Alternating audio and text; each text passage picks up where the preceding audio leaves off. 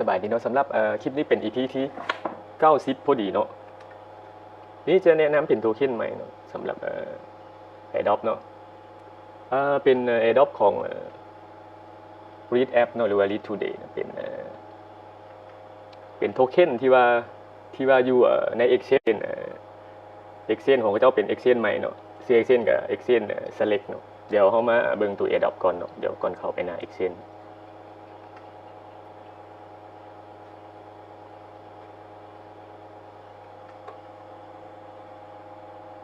โอเคหน้า Adobe มันก็เป็นรูปตัวหมีเนาะแล้วก็รูปพ่อใหญ่เยินเนาะหรือว่าลูนานินโญ่นี่แหละเนาะ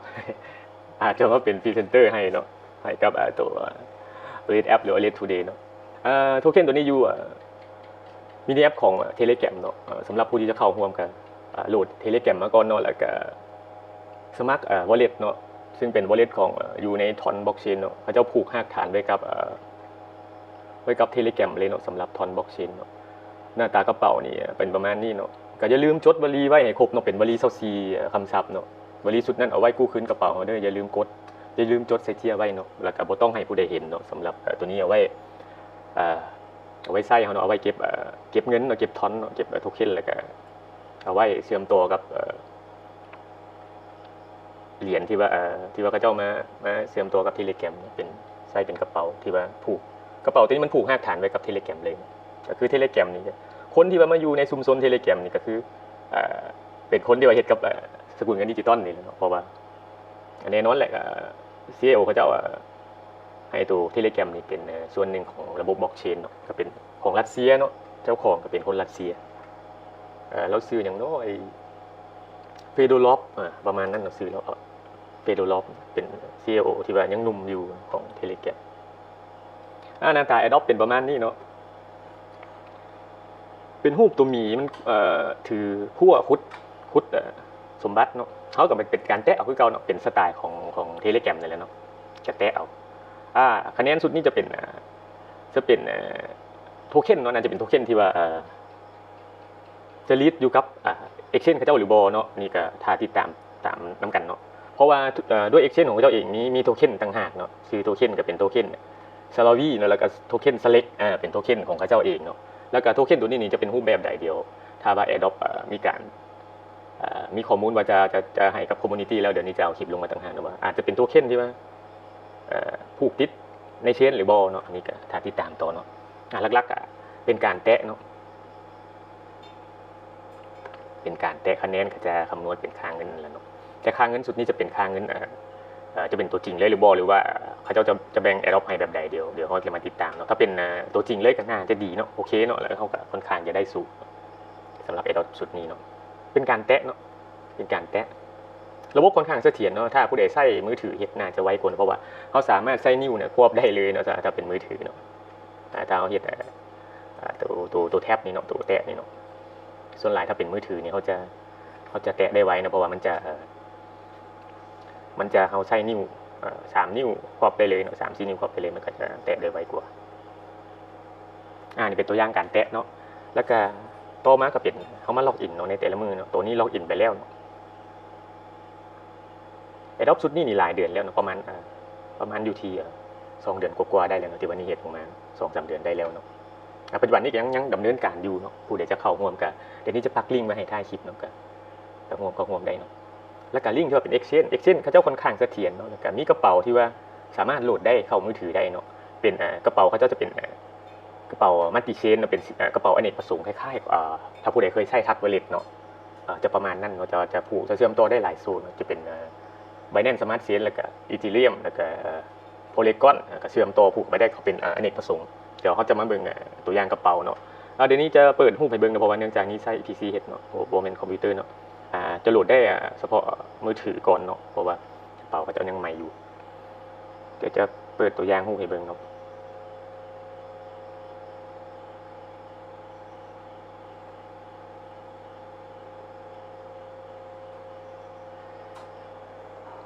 ตัวรูปแบบกระเป๋าเขาเจ้าเนาะอันนี้เป็นไนท์กระเป๋าเนาะที่ว่าเป็นไนท์กระเป๋าเขาเจ้าแล้วเนาะเอา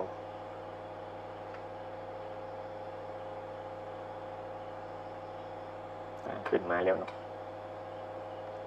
ตัวนี้เป็นในกระเป๋าเขาเจ้าเนาะตัวนี้ฝากลองส่งโทเค็นเข้าไปแล้วเนาะเป็นโทเค็นUSDT เนาะของ Binance Smart Chain เนาะค่อนข้างไว้เนาะกระเป๋าเขาเจ้าแล้วก็ลักษณะหน้าตากระเป๋ามันจะเป็นแบบนี้เนาะมันจะเป็นรูปตุ่มนี้เป็นโทนสีม่วงเนาะตัวนี้เองโหลดได้มือถือเนาะอันนี้อัดคลิปอยู่คอมพิวเตอร์ก็เลยมันก็เลยบ่มีตัวอย่างขึ้นมาให้เบิ่งแต่ว่าตัวนี้แคปหน้าจอให้เบิ่งแทนเนาะโทเค็นของเขาเจ้าเป็นตัวนี้เนาะสังเกตเบิ่งเมาส์นี่เนาะซาลาวีคอยเนี่ยแล้วก็ select โทเค็นเนาะเป็นโทเค็นอยู่ในระบบนิเวศของexchange เขาเจ้าเนาะในส่วนเชนที่ว่าผูกได้เนาะ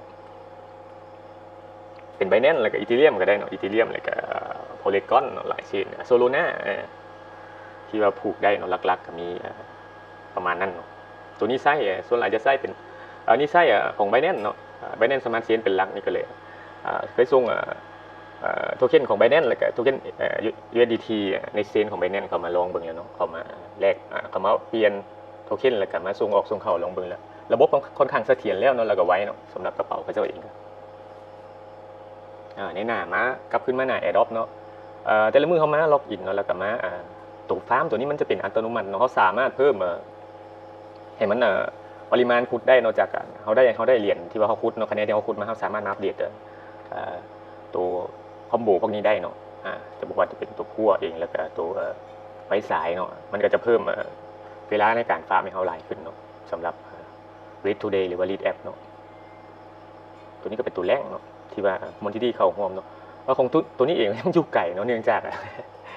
กตัวนี้เองจะเน้นไปทางการฟาร์มแล้วนี่จะเฮ็ด AirDrop หลายอย่างเนี่ยบ่ค่อยได้มาเน้นแตะน้องเขาเจ้าหรือว่าเล่นไปไหนอะไรอันนึงเนาะนี่เฮ็ดมันกระจายเนาะนี่เฮ็ดเป็นหลายอย่างเนาะอย่างละน้อยอย่างหลายอย่างนั่นแหละเนาะตัวนี้เฮ็ดแล้วก็เอามาโปรโมทให้เขาเจ้าเนาะแล้วก็หน้างานตัวนี้เนาะเฮาก็มาเบิ่งคลิปเนาะตัวนี้เองเบิ่งมื้อละเทื่อเนาะแล้วก็ถ้าว่างบ่แม่นว่างเนาะถ้าว่าคิดได้คิดออกก็เลยก็นี่ก็เข้ามาหน้าฟาร์มแล้วก็มาแตะเอาฟาร์มเนาะในแต่ละมื้อหรือว่าถ้าเอาคิดออกปุ๊บก็เข้ามาเลยเนาะตัวที่ว่าเป็นฟาร์มอัตโนมัติเนาะคิดออกแล้วเข้ามาแตะเอาแล้วก็ให้มันรันใหม่เนาะวิธีเฮ็ดของนี่เนี่ยเป็นประมาณนั้นเบิ่งคลิปเขาจะได้อยู่5,000 คะแนนเนาะคะแนนหรือว่าโทเค็นที่ว่าเอาไปรวมกับโทเค็นตัวเขาฟาร์มได้นั่นแหละเนาะเป็นประมาณนั้น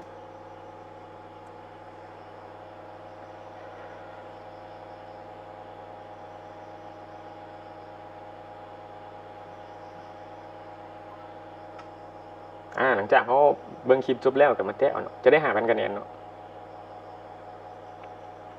แล้วก็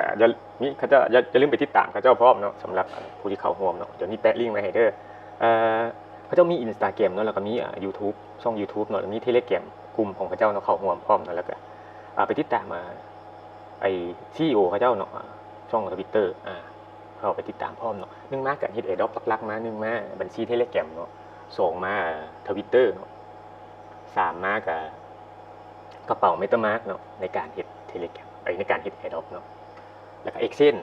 เขาสามารถใช้บัตรประจำตัวเขาเนาะไป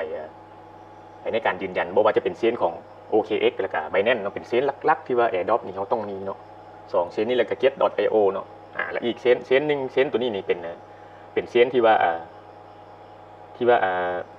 เป็นเส้นของ Red App นี่เนาะเขาเจ้าจะเน้นเหรียญที่ว่าใน Telegram นี่เนาะเหรียญใหม่ๆนี่เขาไปลิสต์ในหั่นเนาะแล้วมีผ่านจากการโหวตของเขาเจ้าว่าเหรียญนั้นจะเข้าลิสต์กระดานบ่เขาสามารถไปโหวตได้เนาะไปโหวตให้เขาเจ้าได้ก็เป็นเหรียญใหม่ๆแน่นอนแล้วหลังจากเขาติดตั้งกระเป๋าแล้วก็ Exchange ตัวนี้เห็นเฮ็ดยังบ่ได้นะบ่เข้าใจว่ามันเป็นหยังบ่ได้แล้วก็จะได้คะแนนเพิ่มเนาะค่อนข้างได้คะแนนสูงแล้วอันนี้มันกลุ่มเขาเจ้าล่ะก็กลุ่มข่าวสารเนาะเขาจะลืมมาติดตามเพื่อที่ว่าเขาจะได้รู้ว่าเหรียญได้ลิสต์เข้าไปในนี้เนาะแล้วก็ติดตาม AirDrop เขาเจ้าพร้อมเนาะในส่วน Twitter หรือว่า X เนาะตัวนี้สำคัญเนาะในการเฮ็ด AirDrop มันต้องมีไว้เนาะบัญชี Twitter แล้วมีอีกเหรียญนึงเนาะที่ว่าใช้กับTwitter โดยเฉพาะเลยถ้าผู้ใดมี Twitter เก่าแห่งดีเนาะตัวนั้นมันจะคำนวณจากการเฮาโพสต์หรือว่าจากการเฮ็ดกิจกรรม Twitter เนาะเพราะเหรียญตัวนั้นน่าจะถ้าคาดบ่ผิดน่าจะเฮ็ดระบบเดียวกับ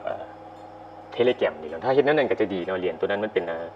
ชื่อว่าเหรียญ Xcoin เนาะได้ฟรีเนาะโทเค็นที่ว่าฟรีเนาะปัจจุบันนี้เขาเจ้ากระจายอยู่ 97%แล้วเนาะนี่เฮ็ดคลิปไว้เนาะประมาณ80กว่าๆเนาะเดี๋ยวนี้จะให้แตะเข้าให้เบิ่งเนาะกระเทินได้มา Twitter แล้วนี่เป็น Twitter ของลี่เนาะของนี่เองเนาะก็สามารถเข้ามาแท็กหมู่ได้หรือว่าท่านจะโพสต์ก็ได้เนาะโพสต์แล้วก็แอดชื่อของนี่ขึ้นไปนำเนาะระบบมันก็จะขึ้นเนาะว่าแอดหมู่นั่นแหละเนาะมันเป็นการช่วยเหลือกันเนาะในกลุ่มหรือว่าในกลุ่มหมู่เพื่อนเนาะเฮาจะโพสต์ทวิตก็แตะชื่อขึ้นไปพร้อมเนาะถ้าว่าเหรียญใดมันอยู่ใน Twitter พร้อมเฮาจะหาเขาพร้อมแอดหาเขาพร้อมแล้วมันก็จะขึ้นนี่เป็นTwitter ของนี่เนาะเขามาติดตามหรือว่าเขามาแอดได้เนาะแอดชื่อของนี่ไปพร้อมได้เนาะควบเป็นนำได้เนาะสำคัญเนาะตัวนี้ต้องมีเนาะเดี๋ยวจะพาไปเบิ่งเหรียญตัวนั้นก่อนกระเทินได้เข้ามา Twitter แล้วเนาะ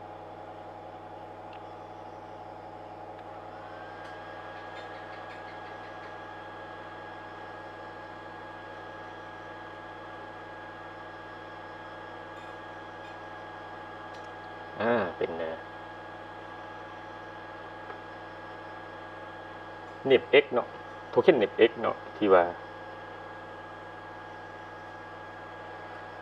าใช้Telegram ในการผูกแล้วก็ระบบมันคำนวณอัตโนมัติเนาะในการได้โทเค็นเนาะหลังจากเขาเข้าเว็บไซต์เขาเจ้าเนาะเดี๋ยวจะแปะลิงก์ไว้ให้นำควบกันเป็นนำเลยเนาะเนื่องจากว่ากระเทินได้เข้ามา Twitter แล้วก็เป็นสำคัญในการให้ท่านนั่นสมัคร Twitter เนาะต้องมี Twitter ไว้เนาะนี่ก็เป็นส่วนนึงในการสมัครก็จะได้โทเค็นสุดนี้ไปพร้อมเนาะฟรีขอย้ำว่าฟรีเนาะเพราะว่ายูเซอร์จะเป็นใหม่หรือเก่าเนาะเขาสามารถถือโทเค็นตัวนี้ได้ไว้อนาคตถ้าเขาล่อนเหรียญออกมาเขาก็จะมีสิทธิ์ได้ครอบครองเหรียญก่อนเนาะ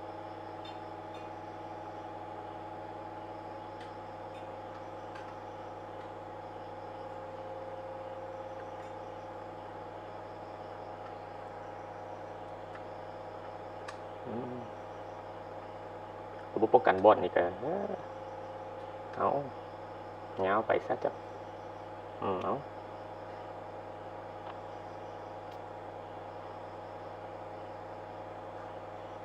เดี๋ยวขออนุญาตแพบถึงจะใช้เวลาในนี้โอ้โหอันที่ป้องกันอย่างก็ดีกระโดน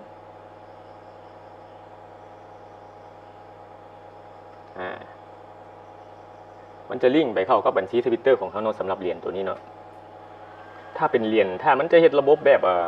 ปัจจุบันนี้เป็นอีลอนมัสก์เนาะเป็นเจ้าของ Twitter เนาะก็เป็นมหาเศรษฐีที่ว่าเราเฮ็ดรถเทสลาแล้วก็SpaceX ที่ว่าขึ้นไปดวงจันทร์เนาะถ้าว่าเราเฮ็ดเราผูกโทเค็นตัวนี้ไว้กับ Twitter เฮ็ดเป็นแบบ Telegram นี่โอ้ค่อนข้างจะโอเคเนาะแล้วก็โทเค็นน่าจะมีราคาสูงก็ไปได้ไกลเนาะ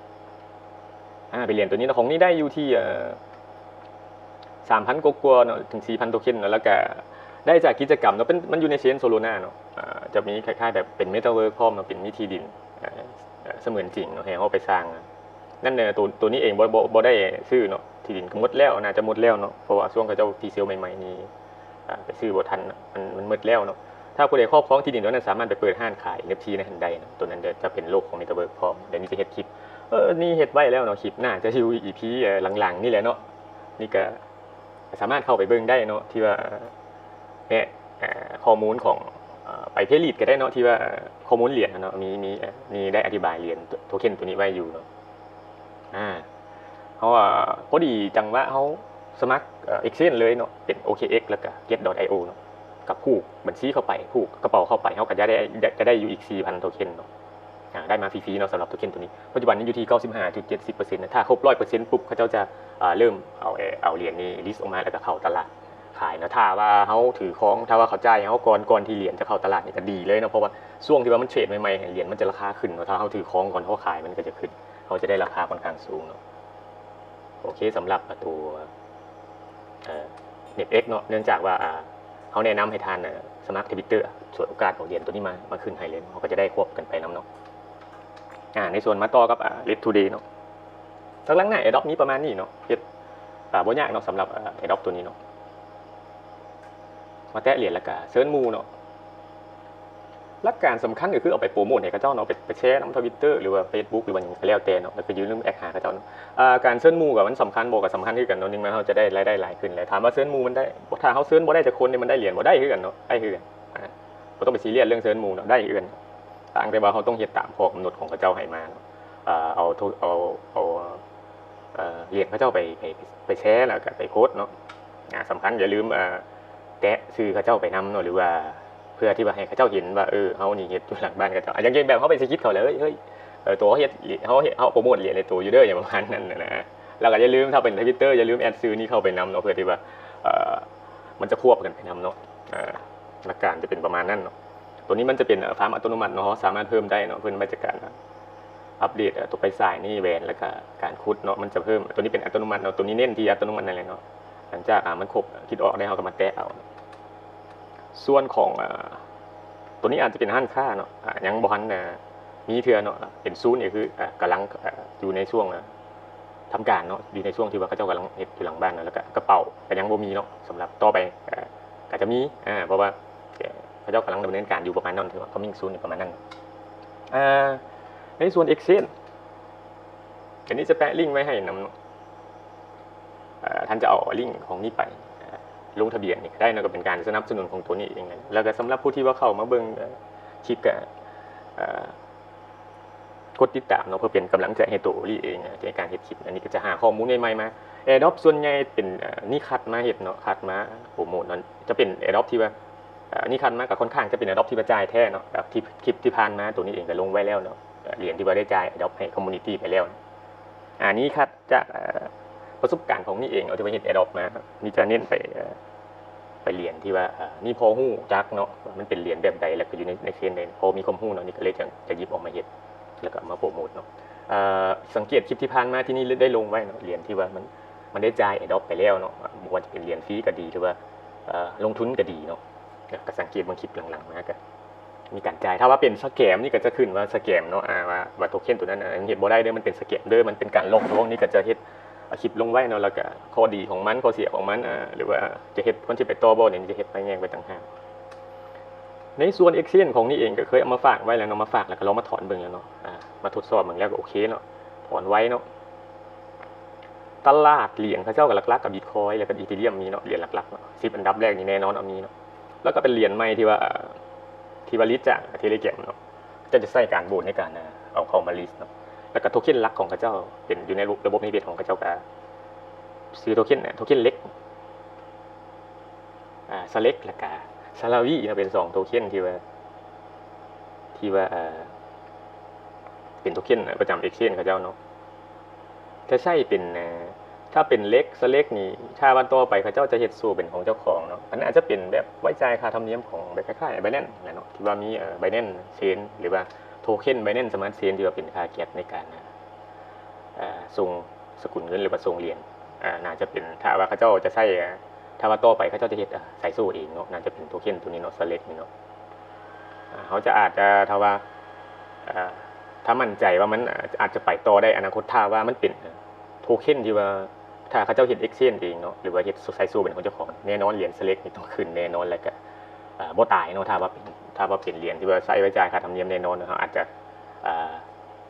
ถ้าว่ามันจะอาจจะซื้อถือครองไว้บ่หรือว่าจะเอาไปเทรดบ่ถ้าว่า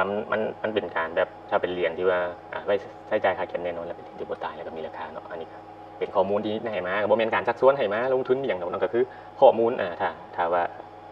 มันเป็นประมาณนั้นมันก็จะได้ราคาแบบสั้นเนาะถ้าว่ามันเป็นเหรียญที่ว่าไว้ใช้ค่าเก็บหลักๆก็มีแล้วก็ทอนเนาะที่ว่ามาเทรดในนี้ได้เนาะแล้วก็เหรียญใหม่ๆเนาะ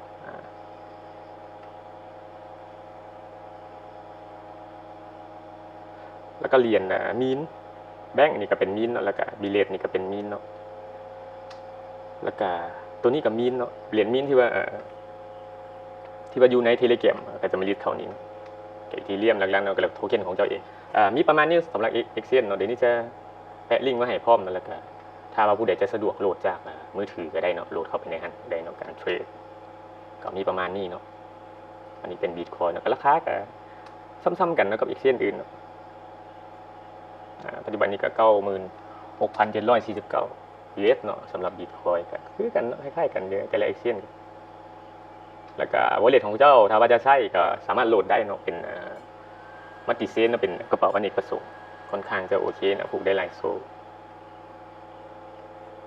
แล้วก็แต่ละมือก็จะมี